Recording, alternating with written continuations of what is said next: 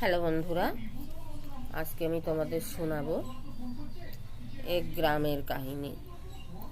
এক গ্রামে এক গরিব চাষির ভদ্রলোক মারা গেছে। ভদ্রলোক নেই, তার দুইটা ছেলে মেয়ে।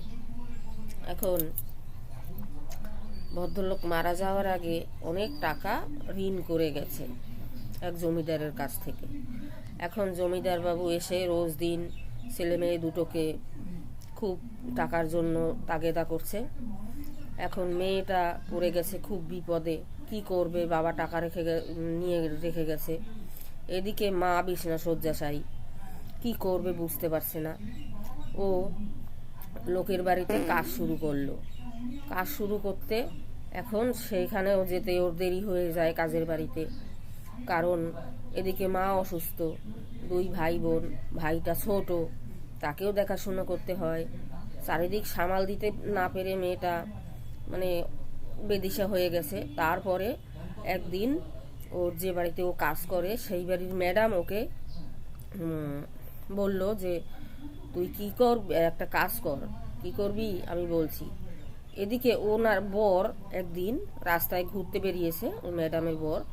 সে এক দোকানে ডেকেছে ওকে যে আসো দাদা, আমার দোকানে একটা নতুন রেসিপি হয়েছে। বলে কি? বলে খিচুড়ি। বলে আবার এমন কি? বলে এটা নতুন পদ্ধতিতে হয়েছে।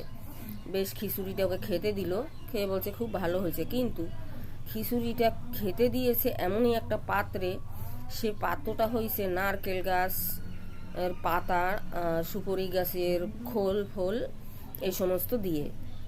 ওটা দেখে ওর মাথায় একটা আইডিয়া আসলো। তখন ওই মেয়েটাকে ওনার বউকে গিয়ে বলল। ওনার বউ গিয়ে ওই মেয়েটাকে ডাকলো। ডাকার পরে ওই পাওনাদার ভদ্রলোক আর ওরা তিনজনে মিলে মেয়েটার সাথে কথা বলল।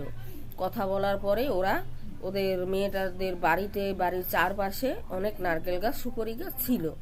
এবারে ওই পাওনা ভদ্রলোক উনি ওই গাছগুলো লিজ নিল। লিজ নিয়ে ওই টাকাও শোধ হয়ে গেল, এবারে অগ্রিমও কিছু পেল। তারপরে ওই পদ্ধতিতে ওরা ওই জিনিসগুলো বানানো শুরু করলো। এবারে ওই পাওনাদার ভদ্রলোক উনি ওই শহরে সাপ্লাই দিচ্ছে, এদিকে মেয়েটাও কিছু পয়সা পাচ্ছে, পাওনাদারেরও ইনকাম হচ্ছে, বেশ লাভবান হয়ে যাচ্ছে দিন আর দিন। তাহলে বন্ধুরা, বুদ্ধি থাকলে উপায় হয়। আমার ভিডিওটা কেমন লাগছে অবশ্যই লাইক, শেয়ার, কমেন্ট করবে। আর যদি তোমরা নতুন হও একটা সাবস্ক্রাইব করবে। কেমন?